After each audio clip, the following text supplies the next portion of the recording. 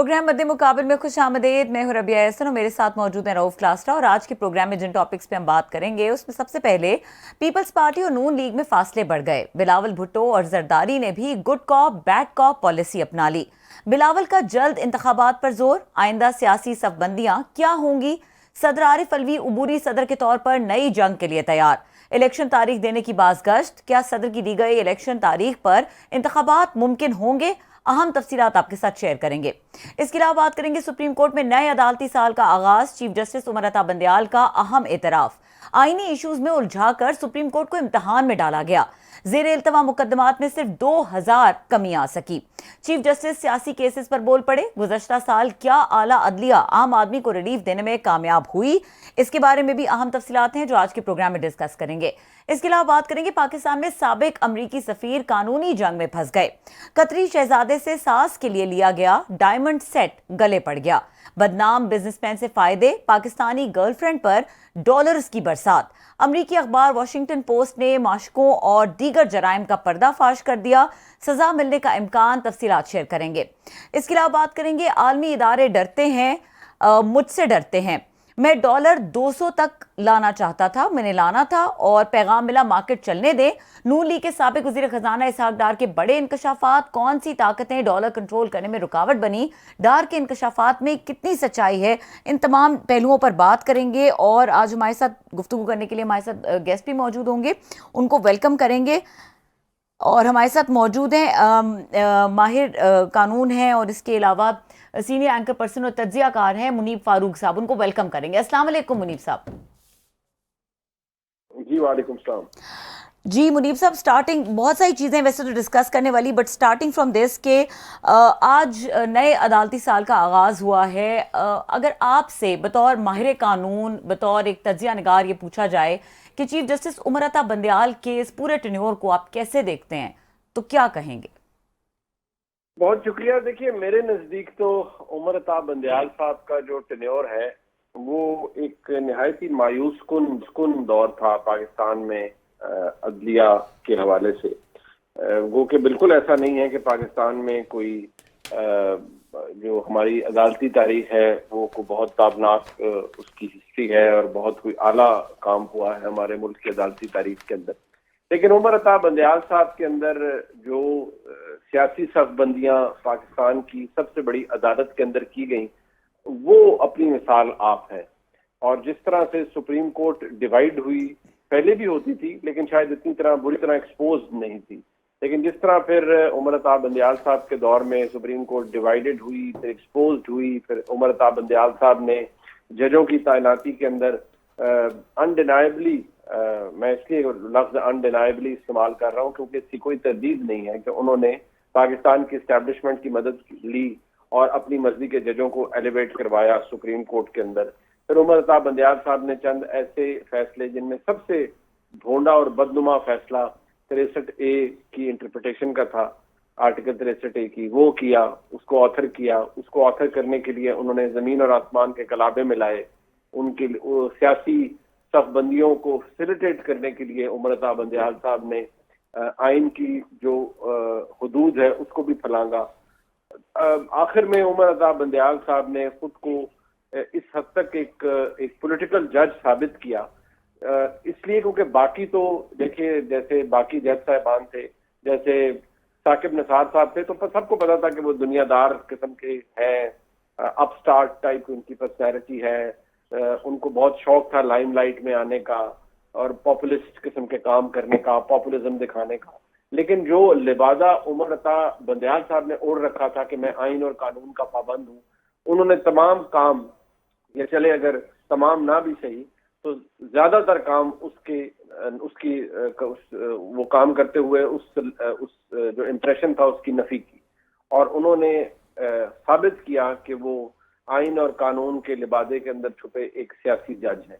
और उन्होंने कंडक्ट भी खुद को एक जज की तरह नहीं बल्कि एक सियासतदान की तरह किया, एक पॉलिटिकल प्लेयर की तरह किया, जो कि मैं समझता हूँ पाकिस्तान की अदालती तारीख के अंदर एक बदनुमा दाग है और रहेगा। मुझे बिल्कुल मैं ये नहीं कहूँगा कि ऐसा पहले कभी नहीं हुआ। हाँ, बहुत दफा हुआ, हमारे मुल्क में जजेस बहुत मुख्तलिफ कमाश के भी आए, लेकिन जो उमर अता बंदयाल साहब के दौर में हुआ, उसने कम से कम इस बात की तो हमें एक सबक जरूर दे दिया कि जो लोग बहुत ज्यादा आइन और कानून की बातें करते हैं, जो अपने इर्द गिर्द एक फसाड क्रिएट कर लेते हैं कि वो शायद अबव बोर्ड हैं और उनकी जो honesty, integrity, credibility, par excellence है, वो शायद वो ज्यादा चीजें मेड अप होती हैं, उनमें सब्सटेंस नहीं होता। बदकिस्मती से, निहायत अफसोस के साथ मुझे शर्मिंदगी होती है तमाम बातें इसलिए कहते हुए कि जब उमर अता बंदयाल साहब सुप्रीम कोर्ट के चीफ जस्टिस बने थे तो मैं बहुत ज्यादा पुरुमीद था कि वो एक बहुत अच्छे चीफ जस्टिस साबित होंगे, लेकिन उन्होंने जिस तरह से वहां बैठकर पाकिस्तान तहरीक इंसाफ की जुडिशल विंग की तर्जुमानी की है, मैं समझता हूँ वो पाकिस्तान की अदालती तारीख के अंदर एक बदनुमा दाग और धब्बे की सूरत में हमेशा रहेगी।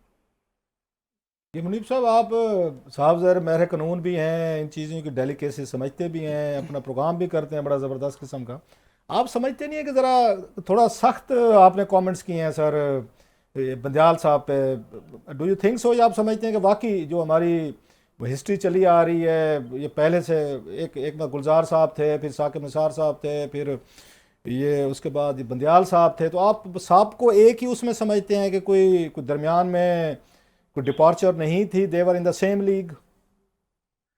गुजारिश है क्लासेस साहब, मेरे अल्फाज जरूर सख्त हो सकते हैं, मैं कोशिश करता हूं कि मैं तनकीद करते हुए भी तहजीब को ज़हन में रखूं। ऑफ कोर्स सर, लेकिन मेरे अल्फाज में, मेरे नजदीक तो नासरुल मुल्क साहब भी हमारे चीफ जस्टिस रहे, तसद्दुक जिलानी साहब भी रहे, वो भी तो जज थे, उनके पास भी इतना ही इख्तियार था और मैं समझता हूँ उन्होंने बड़ा अच्छा दौर गुजारा, इज्जत के साथ वक्त गुजारा और इज्जत के साथ अपने घरों को चले गए और आज उनका नाम इज्जत से लिया जाता है।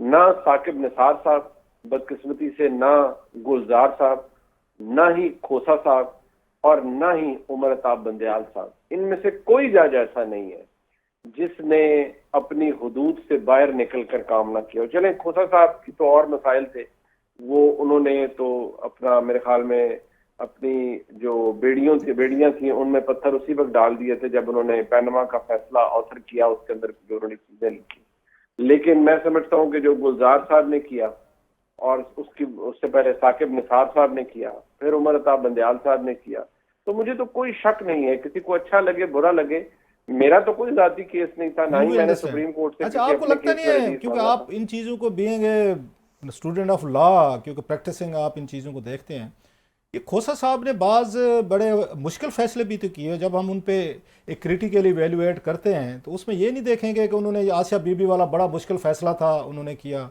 उन्होंने उस वक्त वो गवर्नर ये सलमान तसीर साहब वाला जो फैसला था, जो उनके उसमें जिन्होंने उनको कत्ल किया था, फांसी वाला था, वो बड़ा बोल्ड फैसला था। बाज़ लोग कहते हैं आर्मी चीफ़ की जो एक्सटेंशन वाला मसला था जिस पे उन्होंने उसमें उनके पास एप्लीकेशन आई थी, वो किया। दो चार और बड़ा इवन जनाब मुशर्रफ वाला वो था, वो केस था, उसमें भी उन्होंने कहा था, अदालतों को कहा था कि इसको ज़रा जल्दी किया जाए। सो आप समझती नहीं कि कुछ फैसले जो हैं उन्होंने बोल्ड भी किए थे। ठीक है, पनामा पे उन लोगों की अपनी राय है, but he was very clear in his judgement, क्योंकि उन्होंने जो बुनियाद बनाई थी, इफ़ आई रिमेंबर करेक्टली, जो फैसला पढ़ा था मैंने, उन्होंने कहा था कि मियाँ साहब ने जो पार्लियामेंट में बयान दिया है अपने एसेट्स के बारे में वो कुछ और है, जो टीवी पे तकरीर की थी वो कुछ और है, जो सुप्रीम कोर्ट के सामने लिख के बयान दिया गया कि एवन फील्ड के ये जो हैं फ्लैट्स किसके हैं वो डिफरेंट है। सो उन्होंने कहा ये तीनों बयानात, और मुझे याद है क्योंकि मैं वहाँ प्रोसीडिंग को देखने जाता था, सुनने जाता था, उन्होंने कहा तीनों बयानात एक दूसरे से नहीं मिलते। तो आप समझती नहीं कि मुल्क का प्राइम मिनिस्टर हो, एक कितना बड़ा इशू हो पनामा का, उस पर एक स्टेटमेंट दे रहे हो, पार्लियामेंट में कुछ और है, टीवी पे कुछ और है, कौम से और सुप्रीम कोर्ट के सामने और है, तो want it make any difference sir? तो आपको लगता नहीं है कि फिर एक उसमें एलिमेंट ऑफ उसमें झूठ आ जाता है कि प्राइम मिनिस्टर लेवल का बंदा जो है ना वो झूठ बोल रहे हैं? सर गुजारिश है सर कि जहां तक बात है खोसा साहब के फैसलों की, यकीनी तौर पर कुछ फैसले जो आपने गिनवाए कुछ अच्छे भी होंगे। खोसा साहब ने ना, जब अपने अभी वो सुप्रीम कोर्ट शायद एलिवेट हो गए थे, बट अभी जूनियर जज थे, अभी वो ऊपर नहीं आए थे, उन्होंने एक आर्टिकल लिखा था बड़ा जबरदस्त सर, जिसमें उन्होंने लिखा कि हम इंडिपेंडेंट तो हो गए लेकिन इम्पार्शियल ना हो सके। इंडिपेंडेंस ऑफ जुडिशरी और इम्पार्शियलिटी ऑफ जुडिशरी दोनों मुख्तलिफ चीजें। बदकिस्मती से हमारे मुल्क में अदलिया आजाद समझी जाती है कि जो बड़े बड़े फैसले करे और वो आजादी अपनी दिखाए। वो कितनी इम्पार्शियल होती है, वो उस पैमाने पर कभी खुद को परख नहीं सकी, क्योंकि उस पैमाने पर कभी आ नहीं सकी। मेरा मसला या किसी और का मसला, ये मेरा तो ये मसला था ही नहीं। मेरे नजदीक तो जो भी साहिब इक़्तिदार है, उसके पास अगर एक माचिस की तीली है या एक घर है या एक रियासत है उसकी या एम्पायर है, उसका जवाब दे वो खुद है। मेरा तो सवाल, पूरा जो नुक्ता था वो सिर्फ ये था कि आपने एक मुल्क में, आपने जब एक प्राइम मिनिस्टर को फारिग करना है तो फिर आप उसको मिस डिक्लेरेशन के ऊपर फारिग करें, एसेट्स की, उनकी फ्लैटों की और सारा कुछ करने की, जो पूरा वो 497 जो 547 सफात का जजमेंट थी, अगर आप उसका बहुत जायजा लें, जिस तरह आपने प्रोसीडिंग भी देखी, तो उसके अंदर अगर आप किसी को घर भेज रहे हैं तो वो उसका जो प्रेमिस है वो सेट ये होना चाहिए कि मियां नवाज शरीफ ने, उनके बच्चे उनके बेनामीदार थे और फ्लैट उनके थे, और ये बात साबित है जी कि फ्लैट उनके थे, उन्होंने झूठ बोला। इस पर निकालें, इस पर ना एल करें। नहीं खोसा साहब, मैं सॉरी बात कर रहा हूँ sir, I am sorry to cut you, बड़ी अहम बातें कर रहे हैं आप। लेकिन खोसा साहब की और गुलजार साहब की जो मिनाल्टी उसमें वो था, नोट था, अभी मिनाल्टी नोट ही कहेंगे, जब पहली दफ़ा उन्होंने जिसके पास जेएटी बनी थी, तो उसमें तो खोसा साहब ने बड़ी क्लियरली ये करप्शन चार्जेस और इन्हीं चीज़ों पे, फ्लैट्स और इन्हीं पे किया था। और गुलजार साहब ने भी, if I remember correctly, please correct me if I am wrong, उन्होंने भी यही बात की थी। ये तो बाद में जब जेएटी आई थी तो उसमें ये आया था, अकामा सामने आ गया, तो फिर उन्होंने उसको बेस बना लिया था। लेकिन खोसा साहब और गुलजार साहब ने तो पहले दिन से जो अपना जो नोट लिखा था, जिसमें वो मिनाल्टी था, वो क्या कहते हैं 2/3 वाला था, नंबर 1। दूसरा, आप समझते किसी मुल्क के प्राइम मिनिस्टर को किसी मुल्क का अकामा रखना चाहिए, चाहे अपने बेटे की उसमें नौकरी ही क्यों ना कर रहा हो, दुबई में नौकरी कर रहा हो, तनख्वाह ले ना रहे, दैट्स अनदर थिंग। क्या किसी मुल्क के मतलब प्राइम मिनिस्टर को या किसी और मुल्क का वहाँ पे एक अकामा रखना चाहिए? नंबर 3, ये बात उसकी झूठ की हो रही है कि झूठ पे क्या इतनी बड़ी सज़ा देनी चाहिए कि प्राइम मिनिस्टर को डिसलॉज किया जाए? अगर आपको याद हो, जो मोनिका लेविंस्की का और बिल क्लिंटन का आया था, स्कैम आया था, तो पर्जरी के उन पे चार्जेस है, जिस पे उन्होंने प्रोसीडिंग शुरू कर दी, ट्रायल उन्होंने किया था। सो किसी भी हेड ऑफ स्टेट के लिए झूठ बोलना पूरी कौम से, वो तो बहुत बड़ा जुर्म समझा जाता है सर। बिल्कुल है करार साहब, मैंने तो गुजारिश है कि मैंने तो पहले भी आपको कहा कि किसी के पास अगर कोई साहिब इक़्तिदार है और उसके पास अगर कोई मालो दौलत है तो उसका जवाबदेही तो उसी ने करनी है। मेरा तो जो बुनियादी आर्गुमेंट है वो सिर्फ इतना है कि क्या जो गुलजार साहब थे या जो आपके हमारे खोसा साहब थे, क्या इनके फैसलों की बुनियाद प्योरली मेरिट था? मेरे नजदीक नहीं था, आपके नजदीक हो सकता है, मेरे नजदीक नहीं था। क्या जिस जीआईटी को बनाया गया और फिर उसके अंदर शहजादे चुने गए और फिर उसके अंदर बात कुछ हुआ, मुझे कोई हमदर्दी नहीं है, ना ही मेरे खानदान में से कोई वज़ीर आज़म था कि मुझे इफेक्ट हुआ कि मियां नवाज शरीफ मुल्क के वज़ीर आज़म ना रहे और ना sir we value your opinion, आपकी ओपिनियन मैटर करते, just it's for debate sake, nobody is raising any fingers, खुदा ना खास्ता, वी आर जस्ट डिस्कसिंग। मैं उसमें सिर्फ ये अर्ज करूंगा सर कि मेरे नजदीक तो जो कंडक्ट जज साहिबान का रहा है, मैं उसमें बिल्कुल मैं एग्जॉनरेट बिल्कुल नहीं करूंगा। अच्छा सर, आगे बढ़ते हैं थोड़ा सा, हालांकि रबिया के पास भी बड़े अच्छे साल, थोड़ा आगे चलते हैं सर। आप क्या देखते हैं, जो हमने एक देखी कि गुलजार साहब, उसके बाद साकिब निसार साहब, उमर अता बंदयाल साहब, क्या नए चीफ जस्टिस जो आएंगे, आपको क्या लगता है, आपकी रीडिंग क्या है कि कुछ डिपार्चर होगी, मुख्तलफ होगी? क्योंकि नवाज लीग तो बड़ी उनसे एक्सपेक्टेशन रख के बैठी हो कि शायद मियां नवाज शरीफ साहब ने भी वापस आना है, अभी इलेक्शन भी सुना है 6 महीने में होने हैं, तो how do you see him कि ये क्या करेंगे, ये चीफ जस्टिस साहब जो नए आने वाले हैं? कोई डिपार्चर होगी या सेम कंटिन्यू रहेगा सर जैसे हम देख रहे हैं? देखिए गुलजार साहब, गुजारिश ये है कि मेरे लिए बहुत मोहतरम है काजी फाइजा साहब, लेकिन जो उनका तर्ज अमल मैंने देखा है सर, मुझे यकीन माने को मैं इतनी हौसला अफजा हालात नहीं है, कम से कम मेरे लिए। तो मुझे वो एक रिफाइंड फॉर्म शायद नजर आते हैं इफ्तिखार चौधरी साहब। वैसे सर मैं एक बात कह दूं मुनीब भाई, आपने बड़ा पॉइंट किया है, आप कहें कि मैं टोक रहा हूँ, अपॉलॉजीज। उमर अता बंदयाल साहब को कुछ भी कहें, आपने भी तनकीद की, हमने की, पूरे मीडिया ने की, सियासतदान, एक चीज़ का उनको क्रेडिट जाता है, उन्होंने किसी को तौहीन अदालत में सम्मन नहीं किया, कोई नोटिस जारी नहीं हुआ, ना मीडिया को हुआ है, ना हमें कभी हो, बहुत सारी क्रिटिकल हुई है, ये उनकी पेशेंस की मैं दाद है। तो लेकिन नए चीफ जस्टिस साहब जो इस मामले में थोड़े से मेरा ख्याल है आने वाले हैं, वो इतने ज्यादा मेहरबान और मैग्नेनियस नहीं होंगे, तो लिहाजा मैंने एहतियातन बात की है, वो नोटिस दे के बुला लेते होते हैं सर।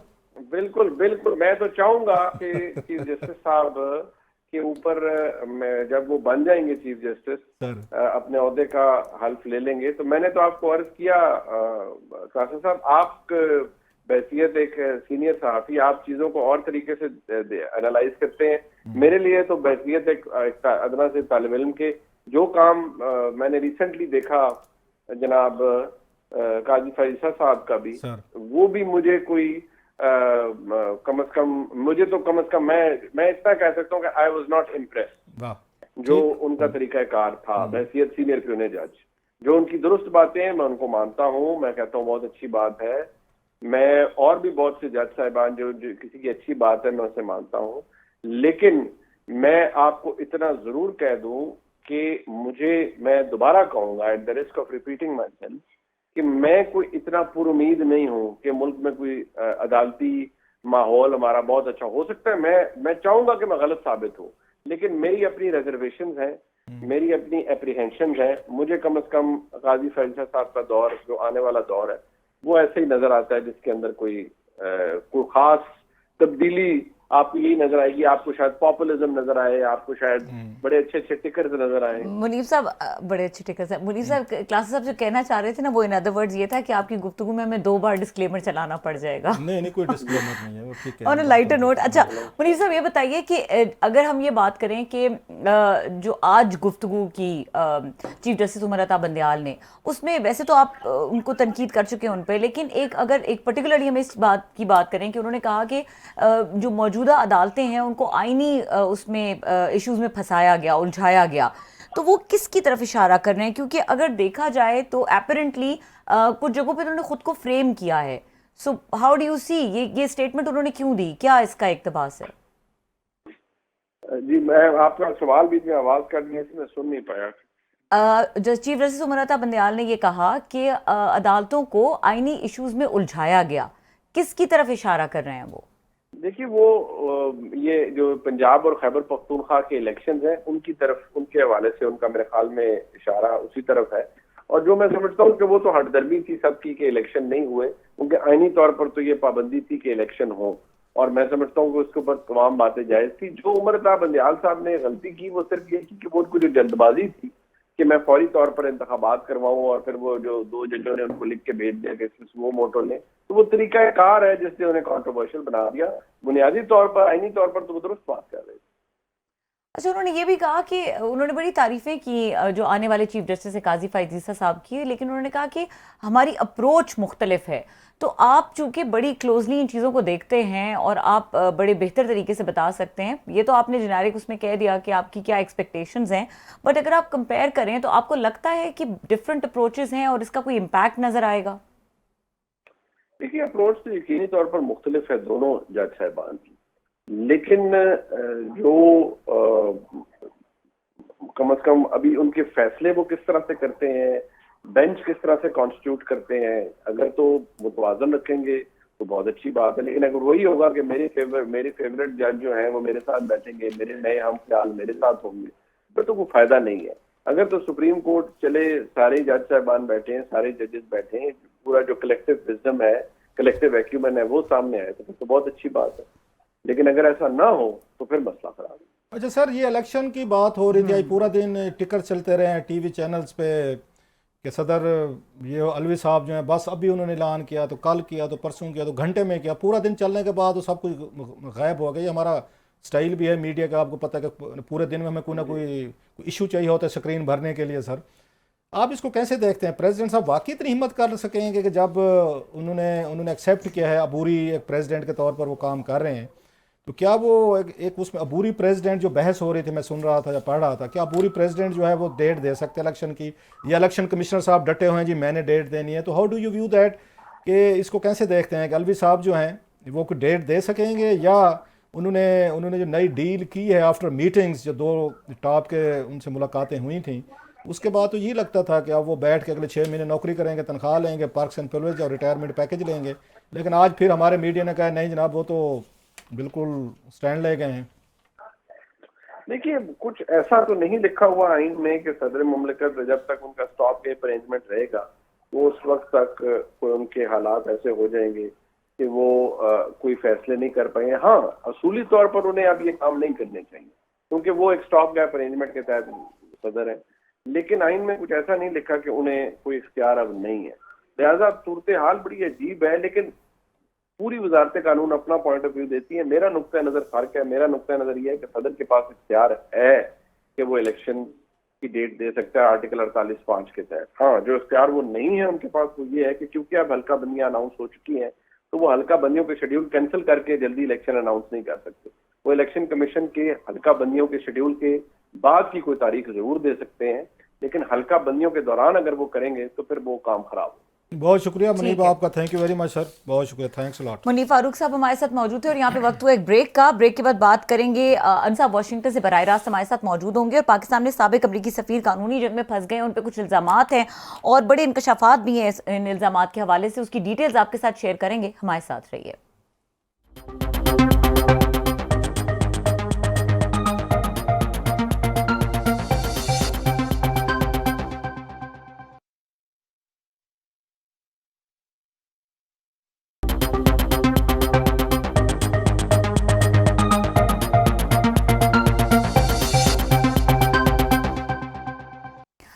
Welcome back. और क्लासेस साहब बात करेंगे ज़रा इसहाक डार साहब के हवाले से। जब से वो गए हैं पाकिस्तान से और पीडीएम गवर्नमेंट गई है, खामोश थे, लेकिन अब मंजर आम पर आए हैं, बड़ी उन्होंने इंटरेस्टिंग गुफ्तगू की है।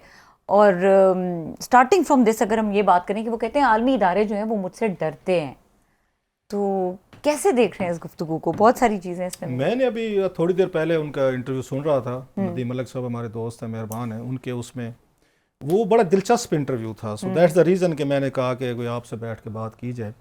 डार साहब की एक दाद दें, एक स्टेज आती है ना, बंदा ना इसको क्या कहें, हलूसिनेशन कहना चाहिए, डिल्यूजन कहना चाहिए, ये बहुत सारे लीडरशिप हमारे इसका शिकार हो जाते हैं एक स्टेज पे आके। और बहुत से लोगों पे टर्म जो है ना अप्लाई करती होते हैं कि हम जो कुछ हम सोच रहे हैं ना वही सच है, या जो मैं देख रहा हूँ वही ठीक है, या जो आपने वो इमेजिन किया है ना उसी पे यकीन कर लेना कि मैं बिल्कुल, मतलब झूठ भी अगर आप अपने को बता रहे हैं, झूठ को भी सच समझ लेते हैं। एक स्टेज आती है कि यू थिंक कि मैं सच बोल रहा हूँ। बस उन्होंने 3-4 बड़ी मज़े की बातें की हैं। उन्होंने जनाब एक तो ये कहा कि डॉलर जो है ना मैंने 200 रुपये तक लाना था, लेकिन मुझे कुछ फोर्सेस की तरफ से मैसेज दिया गया कि आप जो है ना डॉलर की उसमें वो ना करें, इंटरफेयर ना करें इसमें। सो मैंने नहीं किया। मतलब है अब मुझे समझ नहीं आ रही वो कौन सी फोर्सेस थी कि अब वही फोर्सेस जो हैं अब वो डॉलर को 280-70 तक ले आई हैं। आज मैं देख रहा था वो हामिद मीर साहब का ट्वीट था कि 270 रुपये भी कोई नहीं खरीद रहा, शायद 200 इसको 250 तक ले आएंगे। ये क्या हुआ है? मतलब है फिर आप ये कह रहे हैं कि आपके खिलाफ कोई कंस्पिरेसी हो रही थी, साजिश हो रही थी, तो आप बताते। मतलब इन लोगों का ये है कि जब आप पावर में बैठे थे, आप ही पावरफुल थे, फाइनेंस मिनिस्टर थे, तो बताते जी मैं तो ला सकता हूँ 200 रुपये पे। लेकिन जनाब कुछ लोग हैं, इदारे हैं, चलो इदारे कह देते हैं, जो वो नेशनल हैं या इंटरनेशनल हैं, तो आप उस पर उस स्टेटमेंट दे देते ना, आप कह देते ताकि मैं आप पे मैं इल्ज़ाम ना लगाऊं, मैं आपको ब्लेम ना करूं कि डार साहब का कसूर है। आप आज बैठ के महीने डेढ़ बाद कह रहे हैं जनाब जब डॉलर को नीचे अगले ले आए हैं। ये बात उस वक्त हम पिटते थे कि इस इकॉनमी को खुला ना छोड़ें, ये खुला छोड़ने वाली इकॉनमी नहीं। जिस मुल्क के 7-8 बिलियन डॉलर कमर्शियल और आपके स्टेट बैंक के मिला के रिजर्व 7.5-8 बिलियन डॉलर हूँ, वो कैसे अफोर्ड कर सकते हैं कि मार्केट इकानमी पे चलना शुरू हो जाए और डॉलर की फ्री ट्रेड। ये मतलब छोटे से कॉमन बंदे को भी इस बात की समझ है। आप लेते, मतलब आपके पास FIA उस वक्त नहीं थी, आपका पुलिस नहीं थी। आज पुलिस जो छापा मारा F6 में, उन्होंने बताया फायरिंग शेयरिंग हुई है। ये सारे काम कस्टम्स वाले आपके नीचे नहीं थे, FBI तो आपके नीचे था। अभी भी तो जो कुछ करा रहे हैं ना, जो कुछ हो रहा है उन्हीं इदारों के जरिए हो रहा है ना, वही लोग कर रहे हैं। तो आप उस वक्त करते, आपने उस वक्त हाथ खड़े कर दिया। अच्छा, उस वक्त हमें क्या कहते थे कि IMF की डिमांड्स है जी, हमने IMF पे साइन, हम कुछ नहीं कर सकते। आज कह रहे नहीं मैं तो 200 रुपये ला सकता था, लेकिन मुझे किसी ने रोका, मुझे नहीं पैगाम दिया गया, मैसेज दिया गया कि आपने जनाब आपने इसको डॉलर को ना 200 पे नहीं आने देना। मतलब कौन हो सकता है? नाम, अच्छा नाम लेने की जरूरत भी नहीं है। एक तो ये बड़ी मजे की चीज़ थी। दूसरी उन्होंने एक और इंटरेस्टिंग बात की, उन्होंने वही बात की, उन्होंने कहा जनाब के मुल्क जो है ना बड़ी तरक्की कर रहा था इनके दौर में। हाँ। और 2017 में जो प्रोजेक्ट जो है, या 2011 से उन्होंने कहा प्रोजेक्ट इमरान खान लॉन्च करने का जब फैसला हुआ और 2017 में इसको फिर उन्होंने एग्जीक्यूट किया, मतलब ये था कि नवाज शरीफ साहब को डिस्क्वालीफाई किया। उसके बाद मुल्क की ये हालत होगी, नहीं तो आज जो पाकिस्तान एशियन टाइगर बन चुका हो। तो मतलब उनका ये था। मुझे उस पर 2-4 बातें हैं। एक तो ये है कि डार साहब जो है वो कह रहे थे 25 अरब डॉलर जो है ना PTA की हुकूमत में लिए गए थे, लोन लिया, बिल्कुल लिए गए थे। डार साहब ने पाकिस्तानी तारीख के सबसे ज़्यादा महंगे तरीन इन्होंने कर्जे लिए हैं। और इन पे ये बात जो है ना, जिसका वो इशारा भी कर रहे थे, इन पे बाकायदा इनके खिलाफ बातें जो है ना, जनरल बाजवा साहब ने सहाफ़ियों से मुलाकात में कही थी, जो बाद में रिपोर्ट हुई थी। और इन्होंने बाद में, अगर मैं ठीक कह रहा हूँ, मुझे याद करवाएं, राना साहब हमारे प्रोड्यूसर को बात रहती या याद रहती है, उन्होंने बड़े सीरियस एलिगेशन लगाए थे जनरल बाजवा साहब ने इन पे, इसहाक डार साहब पे, चाइना के हवाले से महंगे लोन लिए हैं, किसी का कहा जी फलां या आई थी कंपनी आई थी, तो वो डार साहब पे बहुत सारी बातें कह रहे थे कि जनाब ये उनको रिकॉर्ड पे आई हुई चीज़ें। इन्होंने बाद में तलत हुसैन साहब को इंटरव्यू दिया था, तो मेरा ख्याल अभी भी पड़ा हुआ, अपनी क्लैरिफाई करने के लिए। हालांकि उन दिनों डार साहब पे पाबंदी थी, टीवी पे भी नहीं आ सकते थे ये। सो उस वक्त इनको सहाफ़ियों को जो बताया गया था कि डार साहब ने पाकिस्तानी तरीके सबसे महंगे कर्जे लेके हमें फंसा दिया, ये बात जनरल बाजवा साहब ने सहाफ़ियों को की हुई है, वो जो उनको ब्रीफिंग देते थे, और जिसके जवाब में इन्होंने जाके तलत हुसैन साहब को बकायदा इंटरव्यू दिया था अपने आप को क्लैरिफाई करने के लिए। अब सवाल ये है, आप पे भी जिस जर्नल ने इल्ज़ामात लगाए, बड़े सख्त इल्ज़ामात लगाए डार साहब पे, बड़े महंगे कर्जे लिए, और भी बहुत सारे मिशन कमीशन की बातें की उन्होंने डार साहब के हवाले से। डार साहब ने जवाब भी दिया। अच्छा, आज आप ये भी कह रहे हैं 2017 में उनको नवाज शरीफ साहब को हटा दिया गया। हटाने वाले कौन थे? आप उन्हीं की तरफ इशारा कर रहे हैं जिन्होंने आप पे इल्ज़ामात लगाए थे, जनरल बाजवा साहब ने। फिर मुझे एक बात समझाई जाए, 2019 में आपने दोबारा उनको वोट कैसे दे के आर्मी चीफ बना दिया? एक्सटेंशन दे दी। आपने एक्सटेंशन कैसे दी? फिर जो बंदा आप पे सीरियस इल्जामात लगा रहे हैं, आप उसका जवाब दे रहे हैं। नवाज शरीफ साहब का आप कह रहे हैं 2017 में उन्होंने उनको हटा के इस मुल्क के साथ दुश्मनी की ज्यादती की, मान लिया जी बहुत बड़ा जुल्म हो गया। फिर वो क्या ऐसी बातें हुई थी कि 2019 में आपने आके फिर उसी की बंदे को आर्मी चीफ बनवाया? पहले भी आपने आर्मी चीफ लगाया उनको, तमाम लोगों को हटा के। उस वक्त भी आप गारंटीज दे रहे थे, उनके सुसर साहब थे या जो साहबान भी थे, 8-10 लोग जो है क्रेडिट लेते हैं कि हमने जनरल बाजवा साहब की सिफारिश करके उनको आर्मी चीफ बनाया। 10 पार्टियां फिर रही हैं इस्लामाबाद में जो कहते हैं हमने लगवाया, उनका नाम भी है, बहुत सारे लोग ये बताते भी हैं और उन्होंने रिकॉर्ड पे भी बताया हुआ है। फिर जिसको आपने बनाया उसने आपको हटाया, आप पे भी उन्होंने इल्जामात लगाए, फिर उसे आपने दोबारा 2019 में दोबारा आर्मी चीफ बना दिया। आज आप कह रहे थे उन्होंने हमें तबाह कर दिया, हमें अगर ना हटाया जा तो हम, मतलब मुझे समझ नहीं आती। हाइड एंड सीक है ये, हाइड एंड सीक नहीं, they are very clever people. इन्होंने आपका क्या ख्याल है जनरल बाजवा साहब को एक्सटेंशन दे के वो कहते are there any free lunches ना, डू यू थिंक कि इन्होंने फ्री किया था? उस वक्त ये जेल में थे सारे, पूरी की पूरी। उन्होंने खान साहब ने भी तो किसी के साथ रियायतें नहीं की थी ना। आज तो वो मजलूमियत की कहानियां, दास्तानें हम सुनते हैं ना, मतलब गमगीन जो नगमे चलते हैं और उन पे दुख बड़े, मतलब दौड़े सरायकी दौड़े हैं ना हमारी सरायकी साइड पे, दौड़े सरायकी रोग जिनको सुन के आंखों में आंसू आ जाए, दौड़े शोड़े चल रहे होते हैं सारे। आज तो रोते हैं ना जी बड़ा जुल्म होगा। उन्होंने भी किसी के साथ कसर नहीं छोड़ी थी। हु इज हु जिसको जेल में नहीं डाला, जरदारी साहब को नहीं डाला, उसकी बहन को फरियाल को नहीं डाला, ख्वाजा आसिफ थे, शहद खकन अब्बासी थे, मिफ्ता थे, साद रफीक थे, मतलब उसके बाद इवन नवाज शरीफ साहब थे, मरियम थी, सब again everybody was in jail. Safdar थे, कुछ वो थे, हमजा साहब थे, शहबाज शरीफ साहब थे। मैं कहता हूँ ठीक इल्जामात पे जो उनको जेल में डाला होगा, आई एम नॉट सेइंग कि वो फरिश्ते हैं, लेकिन डाला तो था ना। आज आपकी बारी लग गई, कारमा जिसको मैं कहता होता हूँ मैं, उस वक्त आपकी पावर थी, आपने कर लिया, आप इनको कर लिया। सो जेल से निकलने के लिए आपने डील की, इन्होंने नवाज शरीफ साहब ने, कंपनी ने। अब बड़े वो सच्चे भी बन बैठे हैं। उस पर 20 समिट पे भी कह रहे थे नवाज शरीफ साहब, उन्होंने जी मैं वज़ीर आज़म होता तो अगर मुझे ना हटाया जाता 2017 में तो आज पाकिस्तान में ये हो रही होती, 20 हो रही होती, समिट हो रही। तो किसने हटाया था आपको? आप तो कहते थे बाजवा साहब ने हटाया था, जनरल फैज़ ने, बल्कि नाम लिया उन्होंने जनरल फैज़ का और जनरल बाजवा का नाम लिया इंटरव्यू में अपने में। वो जिन लोगों ने आपको हटाया, जिन लोगों ने आपको जेलों में डाला, बकौल आपके पाकिस्तान की तरक्की उन्होंने पीछे कर दी 2017 के बाद, उन्हीं को आप आर्मी चीफ बना रहे हैं। फिर थोड़ा सब्र करते हैं, फिर किसी चीज पे स्टैंड लेते हैं आप सारा ये। अच्छा क्लास साहब, उन्होंने ये भी कहा कि जो IMF का मुआहदा डिले हुआ, ये हमारी नालायकी नहीं थी, ये जियो पॉलिटिकल जो है वो सिनेरियो था, सिचुएशन थी। तो अगेन वही बात है कि अभी वो कौन सी जियो पॉलिटिकल सिचुएशन चेंज हुई जिसके नतीजे में अभी IMF के साथ मुआहदा हो गया? बड़ा अच्छा और अहम सवाल है आपका, I must complement you, it's a good question. सवाल ये है कि मिफ्ता इस्माइल साहब, ये जेलसी फैक्टर था टोटल। जो ये डॉलर गया है ना 282 तक, इसने नहीं जाना था, ये 220 पे रुकना था। रीज़न क्या हुई कि डार साहब को आराम नहीं आया, सुकून नहीं आ रहा था लंदन में। उसी वक्त हर बार नवाज शरीफ साहब का कान भर रहे थे, इंटरव्यू दे रहे थे, ट्वीट कर रहे थे, और ये मिफ्ता इस्माइल साहब पे अटैक हो रहे थे। ये मिफ्ता इस्माइल साहब डील कर चुके थे IMF के साथ, सारी चीज़ें कर रहे थे। हालांकि मैं भी उनका नाक दराऊँ बात चीज़ों, जो बैंकों वाला काम हुआ था, 60-70 अरब रुपए का जो स्कैंडल आया था, खा पी गए थे सारे। 228 पे वो डॉलर था, इन्होंने LC खोलने दी थी 248 पे, तो 20 रुपये इन्होंने डॉलर कम, वहाँ से ग्रे मार्केट और 2-3 मार्केट्स पैदा हुई, वो मिफ्ता साहब का कसूर है। लेकिन Hamming said all this, IMF के साथ आपकी डील के बगैर आप नहीं चल सकते थे, पूरा सबको पता था। उन्होंने सितंबर में उन्होंने साइन करने थे, उनको हटा दिया गया क्योंकि डार साहब को वहाँ से कौन नहीं आ रहा था। उन्होंने अपना घर भी वापस लेना था, 50 करोड़ पे फ्रीज हुए थे, वो भी वापस लेने थे।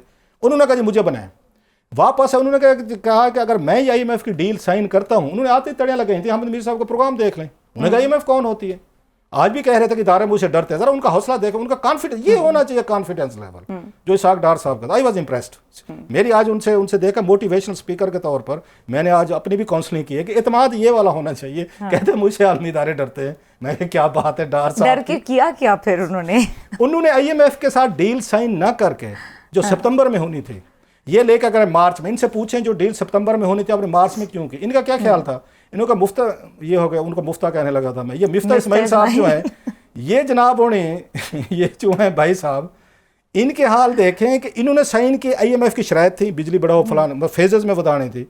इन्होंने कहा नहीं, अगर मैंने वही काम किया तो फिर मुझे डार कौन कहेगा। इन्होंने कहा जनाब हम सऊदीज के पास जाते हैं, UAE के पास जाते हैं, चाइना के, जिनसे हम जाते हैं हर दफ़ा दें जी कुछ दें। उन्होंने कहा नहीं भाई साहब, अब की दफ़ा दुनिया बदल गई है, अब हम चेंज होंगे, IMF के पास जाएं, वो क्लियरेंस देंगे, हम फिर देंगे। वो डट गए। इन्होंने 6 महीने डिले की IMF की डील, फिर जाकर इन्होंने मार्च अभी जो है ना रिसेंट इन्होंने साइन की है। इनसे पूछना चाहिए। क्लास साहब, ये इतने पुराने सीन्स नहीं है, इन्होंने फिर भी नहीं कुछ किया। ये शहबाज शरीफ साहब बीच में पड़े और फिर ये एंगेजमेंट स्टार्ट हुई, इन्होंने तो मामला खत्म कर दिए थे। IMF फर्दर नेगोशिएशंस पे नहीं राजी थी। फिर आज मेरा ख्याल अमेरिकन किसी उसका बयान में पढ़ा था कोई बड़े ओहदेदार का, उन्होंने कि हमने ये फैसिलिटेट करी IMF की डील। डालर गया है ना, डॉलर 282, 83, 300 तक डार साहब की IMF के साथ डील को डिले करने का नतीजा हुआ। अपनी ईगो, अपनी पर्सनैलिटी और अपना वो वाली बात, साड़ा तोड़ा है ना, वो है ना जो पटका जो है ना, हमारी जो पग है ना, वो मैं वहीं पे रखूंगा। सो इन्होंने वहां पे जो जेलसी फैक्टर आया है और इनकी मिफ्ता साहब की इनकी जो लड़ाई शुरू हुई है और जिस तरह के उसमें एक्सचेंजेस इसमें हुए, क्योंकि वो नवाज शरीफ साहब के रिश्तेदार हैं, डार साहब, उन्हीं की जीत होनी थी। उस वक्त उनको तब्दील करके पूछा जाना चाहिए डार साहब से कि आपने कहा था कि मैं तो 200 तक लाऊंगा। जब लंदन से रवाना हो रहे थे उसी वक्त को 10-20 रुपए डॉलर नीचे होगा, उन्होंने कहा मैं अभी ये पाकिस्तान में लैंड नहीं किया और मुझसे मनी एक्सचेंज डीलर डर गए। याद है, इनसे पूछा जाना चाहिए। जब आप आए थे तो उस वक्त तो 228-30 पे था डॉलर, आप उसको 282-85 पे कैसे छोड़ के गए? समझाएं जरा। आज जो आप बैठ के कह रहे हैं पूरी दुनिया मुझसे डरती है और मैं बाशो माचो हूँ, मैं बड़ा ग्लैडिएटर हूँ, ब्रेव हार्ट हूँ, मैवरिक हूँ, सबसे डर। मैं तो इंटरव्यू सुन के बड़ा मुतासिर हुआ हूँ। अच्छा, बड़ी एक इंटरेस्टिंग बात उन्होंने ये भी कही कि कुछ लोगों ने चंद अरब बनाने के लिए जो है पाकिस्तान को बड़ा नुकसान पहुंचाया। अगेन चले, आपने कहा कि वो इदारों का नाम नहीं ले सके या नाम नहीं ले सके, जुर्रत नहीं की, ये वाला काम क्यों नहीं किया? कौन से लोग थे जो चंद अरब बना रहे थे? एंड देन वो कहते हैं कि सट्टेबाजों के हम हवाले नहीं कर सकते मुल्क की मईशत को, तो कर गए किसने किया? तो सट्टे को हवाले यही करके गए थे। स्पेकुलेशन कौन कर रहा था? मार्केट 3 किसने बनाई हुई थी डॉलर की? एक आपने इंटर बैंक बनाई हुई थी, एक आपने ओपन मार्केट बनाई हुई थी, एक ग्रे बनाई हुई थी, फिर अफगानी उसमें स्मगलर शामिल हो गए जो हुंडी का पैसा आ रहा था। 4 मार्केट्स तो चल रही थी यहाँ पे। आपने उनको कर्ब करने के लिए क्या किया? अभी भी तो वही कुछ हो ना, एक हफ्ते में आपने बैठ के सारी की सारी चीजें पैसा ले आए ना। हाँ। तो डार साहब उसका आज बहाना देने के मुझे कुछ ये मैसेज मिला था कि आपने मार्केट फोर्सेस को कुछ नहीं कहना, लेकिन अगर मुझे इजाजत दी जाती तो मैंने इनकी कमर तोड़ देनी थी, मैंने आलमी इदारों को भी फेंटी लगानी थी। वो मुझसे डरते भी थे। हाँ कहा है उन्होंने, मुझे डरते थे सारे। डार साहब से पूरी आलमी दुनिया जो है ना डरती है। डॉलर भी इतना बड़ा मतलब हमारे पास एक एसेट था और हमने उनकी कदर नहीं की। मतलब माने वैसे उन्होंने बड़े सॉलिड आर्गुमेंट्स दिए हैं, आप अब नहीं मान रहे? नहीं, मैं उनसे एक चीज सीखा हूँ। हाँ। कि बंदे को ना डट जाना चाहिए और जो झूठ अपने आप को उसने बताया है उनको यकीन के साथ लोगों को सेल करने चाहिए। सो डार साहब की बात अजी अभी उन्होंने बात की ना कुछ अरब के लिए। हाँ। जब इन्होंने 2014 में फ्लोट किया था ना इन्होंने यूरो बॉन्ड्स, उस स्कैंडल किसी वक्त सलीम मांडवी वाला साहब को उस दिन सुना नहीं था आप? वो हमारे शो में थे, उनको फिर पूछेंगे किसी वक्त। उस वक्त यहाँ से $70 मिलियन जो है ना पाकिस्तान से बैंकों के जरिए भेजे गए थे और दुनिया की तारीख के 8.25% पे उस वक्त डार साहब ने फ्लोट किए थे, जो दुनिया का कोई मुल्क नहीं रह रहा था। इंडियन की रिलायंस कंपनी जो है उसको भी 2.25 या 275% पे लोन मिला था। डार साहब उसी वक्त 8.25 पे लेकर आए थे और बाद में कहते हैं हम तो अपनी आलमी साख चेक कर रहे थे। नंबर 1। दूसरा, उस वक्त इनसे नाम पूछे गए थे कि वो पाकिस्तानी कौन है जिन्होंने यहाँ से $70 मिलियन भेज के दुनिया की तारीख के महंगे तरीन बांड खरीद के डॉलर कमा रहे हैं। ठीक है। इन्होंने नाम देने से कमेटी को इनकार कर दिया था। डॉक्टर वकार मसूद साहब जो आजकल आपके वो या मिनिस्टर बने हुए हैं, इन्होंने कमेटी को कहा था कि मैं वो नाम पाकिस्तानी को नहीं बताऊंगा जिन्होंने यहाँ पे एक जैक पार्ट लगा और जिन्होंने यहाँ पे बैठ के छत पाड़ के डॉलरों में प्रॉफिट ले रहे हैं, अपने मुल्क से ले रहे हैं और 8.25 में। बाद में पता यह चला कि मोस्टली जो लोग थे वो पोलिटिकली तौर पर पावरफुल थे, यही अपने ही लोग थे, अपने ही सियासतदान थे, वजीर थे, जिन लोगों को फायदे दिए गए थे बिजनेसमैन कि ये हम महंगा फ्लोट कर रहे हैं, तुम ही खरीद लो और 10 साल के बाद if he knew all these things so he should have stopped। ये तो बात है। अच्छा क्लास साहब, यहाँ पे वक्त हुआ ब्रेक का। ब्रेक के बाद हम बात करेंगे, हमारे साथ अनवर इकबाल साहब मौजूद करेंगे, उनसे रब्ता हो जाए। अमरीकी अखबार वॉशिंगटन पोस्ट की एक स्टोरी है, इंकशाफात से भरपूर है। एक साबिक सफ़ीर है, अमरीकी सफ़ीर जो कि पाकिस्तान में तैनात थे, उनके हवाले से रिचर्ड ऑल्सन, उसके ऊपर बात करेंगे। हमारे साथ रहिए।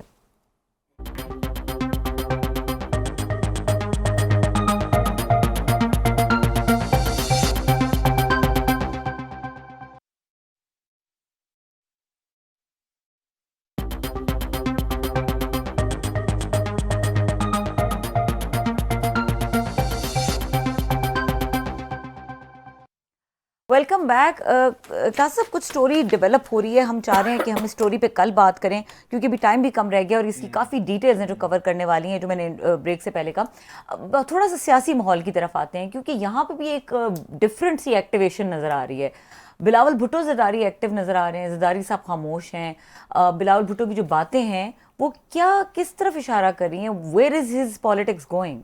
मसला ये है कि जो इनके डिफरेंसेस हुए हैं जरदारी साहब के और हमारे इस्टेब्लिशमेंट के, वो वज़ीर आला सिंध बनाने पे हुए। निगरान वज़ीर आला सिंध कौन होगा, वहाँ से लड़ाई शुरू हुई है। मकबूल बाकर साहब की, वो जस्टिस साहब जो हैं, और इनकी हमारी इस्टेब्लिशमेंट चाहती थी कि कराची के हवाले से बिजनेसमैन जो है, जो भी आर्मी चीफ जाता है, जब भी जाता है, तो कराची की वो हालत पे रोते हैं। बत्ताखोरी है, लड़ाई है, स्ट्रीट क्राइम है, और बड़े सारे सिंध के हवाले से वो समझते हैं कि इसमें इतनी करप्शन हुई है। और सिंध को 15 साल से वहाँ पीपल्स पार्टी बैठी हुई है। और सिंध की हालत वो कहते हैं हर साल इनको मतलब कम से कम 700-800 अरब एवरेज इनको NFC का मिलता रहा है। 10 को लगे कितने आपके अरब्स बनते हैं जो सिंध को गए हैं, मतलब इनका शेयर NFC में से जो आपका वो नेशनल फाइनेंस कमीशन है। इसके बावजूद सिंध ने तरक्की नहीं की। वो ये कहते हैं बहुत सारी चीज़, अब उन्होंने सिंध को छोड़ के वहाँ कुछ ना, उन्होंने कराची का रुख कर लिया। अपना मेयर भी जिस तरीके का लगवाया गया, आपको पता है, मुर्तज़ा वहाब साहब लगे, उसमें भी बहुत सारे क्वेश्चन रेज हुए। PTI वालों ने भी किए, जमात इस्लामी ने भी किए। अगला उनको साथ में GDA जो है, जो पार्टनर रही हमेशा एस्टेब्लिशमेंट की, वो ये कहते हैं कि भाई साहब अब आप ये फिर तैयारी करके इन्हीं को जितवाने के चक्कर में हैं कि इसको दोबारा पीपल्स पार्टी है। 20 साल तो पीपल्स पार्टी के GDA वाले कहते हैं हम तो रुल गए, उसमें अपोजिशन ही नहीं रहेगी। उसमें 2 काम किए थे जरदारी साहब ने अपोजिशन के साथ, या मिला लो या थ्रेट करो। वो कहते हैं ना कि वही वाला स्टाइल है, फिल्मों में दिखाते नहीं तो विलन आते हैं, वो 2 काम करता है सरकारी अफसर के सामने। कोई ईमानदार सरकारी अफसर टक्कर जाता था, मूवीज की बात कर रहा हूँ, एक ब्रीफ केस रखता था, साथ में पिस्तौल रखता था। तो कहता भाई साहब ब्रीफ केस लेना है, गोली खानी है, मतलब जो तुम्हारा दिल करे। में ये मतलब फिल्मों का सीन हमने देखे हुए, ये फिल्मी सीन वही चला है वहाँ पे। उन्होंने यही किया, जरदारी साहब का पैकेज था कि साढ़े नाल मिल जाओ, हमारे साथ मिल जाएं, या फिर आपने अपना वो भरना है, या फिर आप कुट मार करके जेलों में डालेंगे, या आपको यहाँ से ये भगाएंगे। सो वहाँ पे ऑप्शन मोस्टली लोग, उन्हें फैमिली जो रेजिस्ट भी करते थे, उन्होंने जाके उनको पीपल्स पार्टी को ज्वाइन करा। अपोजिशन तो रह नहीं की वहाँ पे। अब वो यहीं पे उनको मसला हो गया एस्टेब्लिशमेंट को, जनाब के ये जो सिस्टम है, जिसकी बात भी आपको याद होगी कि उन्होंने आर्मी चीफ साहब को कोर्ट किया गया था कि इस सिस्टम जो है कराची का या यहाँ पे सिस्टम चलता है, वो जब से उन्होंने बात की है, आप नोट करें आर्मी चीफ की उन ताजरों से मुलाकात के बाद जो खबरें सामने आई हैं, अचानक पीपल्स पार्टी एक्टिव हुई है। ये पहले ये 6 महीने पे ये राजी थे। इन्होंने बल्कि यहाँ पे ये काउंसिल ऑफ कॉमन इंटरेस्ट में जो इनके वो थे, इनके वजीर आला मुराद अली शाह साहब जो हैं, वो तो साइन करके गए थे, मिनट्स में मौजूद है। ये इलेक्शन ये पहले वो करवाएंगे, हम डिमार्केशन होगी, सेंसस करवाएंगे, उसकी सेंसस की फिर इलेक्शन होगा, वजीर आला कह के गया है। अब इन्हें अचानक फील हुआ है कि ये जो आर्मी चीफ साहब ने गुफ्तगू की है, ये तो प्रोजेक्ट कुछ और है। उन्हें फील हुआ है कि ये तो 6 महीने बाद भी शायद इलेक्शन के ना होने के चांसेस हैं। प्लस इन्होंने वजीर आला लगा तो दिया, इन्होंने ये लगाना चाह रहे थे मुबीन जुमानी, उनका नाम मुबीन जुमानी साहब है मेरा ख्याल, मुबीन जुमानी, अभी इनके मिनिस्टर फॉर बल्दियात वगैरह के, पहले भी वही थे। एस्टेब्लिशमेंट उनको लगाना चाह रहे थे। और ये मुबीन जुमानी साहब वो हैं जिन्होंने बेनज़ीर भुट्टो साहबा को बिलावल हाउस जो है ना कराची का गिफ्ट किया हुआ है। अच्छा, ये 2 कनाल का था। उस वक्त आए थे मुर्तज़ा भुट्टो, जो वापस आए थे 90s में, तो उन्होंने आके अपने वाले साहब का 70 क्लिफ्टन का जो घर था वो भुट्टो साहब का था। तो बीइंग एन एल्डर सन, उन्होंने कहा ये तो मेरे बाप की जायदाद है, ये तो मेरी है। तो उन्होंने बेनज़ीर भुट्टो साहबा को, जरदारी साहब को कहा जी घर खाली करें। तो मुर्तज़ा भुट्टो ने वो घर ले लिया, जिसपे अभी गिनवा भुट्टो वगैरह और ये फातिमा भुट्टो वगैरह वहीं पर रहते हैं। अब इनके पास घर नहीं था रहने के लिए बेनज़ीर भुट्टो साहबा के लिए। तो फिर इस पे जुमानी साहब जो हैं, इन्होंने बेनज़ीर भुट्टो साहबा को गिफ्ट किया घर जो है। अभी तो वो 2 कनाल का था उस वक्त। बाद में उन्होंने साथ वाले घरों में, जब जरदारी साहब का बस चला, प्रेसिडेंट बने, तो साथ वाले घरों को फिर इन्होंने वही, एक तरफ ब्रीफ केस था तो दूसरी तरफ इन्होंने ब्रीफ केस लेना है या ये लेना है, या घर, या हमें घर देना है, पैसे लें जो हम देंगे। तो इस तरीके से इन्होंने सारे घर ले लिए। अब तो बहुत बड़ा हाउस है, सारे के सारे जो लोगों के घर थे सबको वहाँ से उन्होंने वही ब्रीफ केस और साथ में उन्होंने दिखा के, उन्होंने कहा जी वो तमंचा कहते थे मेरा ख्याल है, या उसके बम्बे की ज़बान में, या वटेवर। तो वो उन्होंने कहा जनाब आपने क्या लेना है। उन्होंने पैसे लिए। शरीफ लोग होंगे, कौन जरदारी साहब प्रेसिडेंट है कराची, कौन लड़े उनसे? सर ना भी शरीफ, वो गोली कौन खाता है? बहरहाल उसका नतीजा ये हुआ, उसका नतीजा जो वो उनका जुमानी साहब वो बंदे हैं, उनको उन्होंने कहा मिनिस्टर लेवल तक, तो जरदारी साहब ने कहा ठीक है। उनको फिर ये भी शक पड़ा कि अगर एस्टेब्लिशमेंट इनका नाम दे रही है तो ये उनके साथ मिल गए हैं। यहाँ वफादारी चलती है, पता है जरदारी साहब को, वो कहते इधर यू आर विद अस और against us, there are no neutral grounds. जब एस्टेब्लिशमेंट की तरफ से नाम दिया गया कि जुमानी साहब को बनाना है, आपने निगरान वजीर आला, उस वक्त तो वो डट गए वो जरदारी साहब के, क्योंकि वो नाम इनाउंस करना था। उन्होंने मुराद अली शाह साहब ने, वो वजीर आला बैठे थे, निगरान का वो देना था। उस वक्त एस्टेब्लिशमेंट पीछे हट गई कि चलें ठीक है। जरदारी साहब को यही शक हुआ कि इसका मतलब बंदा हमारा जो है ना ये उनके साथ मिल गया, ये मेरे साथ नहीं, ये खुद की लॉबिंग कर रहे थे। बल्कि मेरी इतला तो ये है कि उनकी बाकायदा ब्रीफिंग भी हो गई थी, मुबीन जुमानी साहब को ब्रीफिंग भी मिल गई थी उनको, वहाँ पे जो एस्टेब्लिशमेंट के हैं हमारे एक उसमें हमारे जो भाई है वहाँ पे फौजी भाई, उन्होंने ब्रीफिंग भी दे दी थी, समझा भी दिया था सब कुछ के यू आर द वन। जैसे जहाँ पे जलील अब्बास जिलानी साहब के साथ भी ये कुछ हुआ था कि आप निगरान ये बनने वाले हैं वजीर आजम, इनको भी ब्रीफिंग दे दी गई थी और प्रोटोकॉल भी दे दिया गया था। बाद में ये भी नहीं बने वो भी नहीं बने। सो उस बात पे अब इनके इख्तलाफात बढ़े हैं, इन्हें ये लगा है कि now they are coming after us. अच्छा, ये बड़ी मजे की बात है कि इस वक्त जो सबसे अंडर फायर आ रहे हैं, कौन आ रहे हैं? खान साहब की पार्टी यही हुई है 9 मई के बाद। खैर उन्होंने अपने ब्लंडर मारे, अपने पाँव पे डज करके उन्होंने मारे कुल्हाड़े, क्या उन्होंने तो बाजू कोफे चले। और साथ में अब पीपल्स पार्टी अंडर फायर है। तो नवाज लीग का कहीं पे नजर आता है साहब को, they are having a field day. So उससे आपको आने वाले दिनों की थोड़ी सी नजर आ सकती है कि गेम किस तरफ जा रही है, जिसमें जरदारी साहब पीटीआई वगैरह साइड पे हो रहे हैं, नवाज शरीफ साहब की वापसी का रास्ता खुल गया है, इलेक्शन आगे आ रहे हैं। सो अब थोड़े से अब डार्ट्स जो है ना कनेक्ट अब आप कर सकते हैं कि रुख किस तरफ है। लिहाजा इन्होंने अब बयानात देने शुरू कर दिए हैं और कोई पता नहीं किसी दिन खान साहब की और इनकी जरदारी साहब का अलायंस भी हो जाए। ये तो बड़ा बाजी नजर आ रहा है। अच्छा, अब इसमें भी तो लोग क्या कहेंगे, मुमकिन ही नहीं है, खान साहब करेंगे। खान साहब बिलावल भुट्टो जरदारी जिस तरह की बात करें तो वो तो it seems that he is agreeing with the politics of x chairman. Khan साहब दिल दुख रहा है। ये लोग कहेंगे खान साहब ऐसा नहीं करेंगे, भाई साहब खान साहब ऐसा ही करेंगे, वो बिल्कुल अलायंस करेंगे। उन्होंने नवाज शरीफ के साथ भी अलायंस किया हुआ है 2008 के इलेक्शन में। इन्होंने जब यहाँ पे बाप पार्टी बनाई थी जरदारी साहब ने, और उस वक्त नवाज शरीफ साहब को इन्होंने डिसलॉज करना था सेनेट चेयरमैन, उस वक्त इमरान खान साहब और जरदारी साहब ने सेनेट के इलेक्शन में इन्होंने इकट्ठे वोट डाले थे इसको। उस वक्त सादिक संगरानी साहब को और सलीम मांडवीवाला साहब पीपल्स पार्टी के थे, ये डिप्टी थे, इनको भी इन्होंने तहरीक इंसाफ ने वोट डाले हुए हैं इनको, सलीम मांडवीवाला साहब को, to make him as a deputy. So माजी में जरदारी साहब और इमरान खान साहब ने इकट्ठे काम किया हुआ है, अब भी करेंगे। सो हालात उस तरफ जा रहे हैं। वेरी इंटरेस्टिंग टाइम्स अभी आप देखते जाएंगे। इंटरेस्टिंग गुफ्तगू हो रही है क्लास साहब, लेकिन यहाँ पे प्रोग्राम का वक्त खत्म हो गया है। देखने के लिए शुक्रिया, इजाजत दीजिए, अल्लाह हाफिज।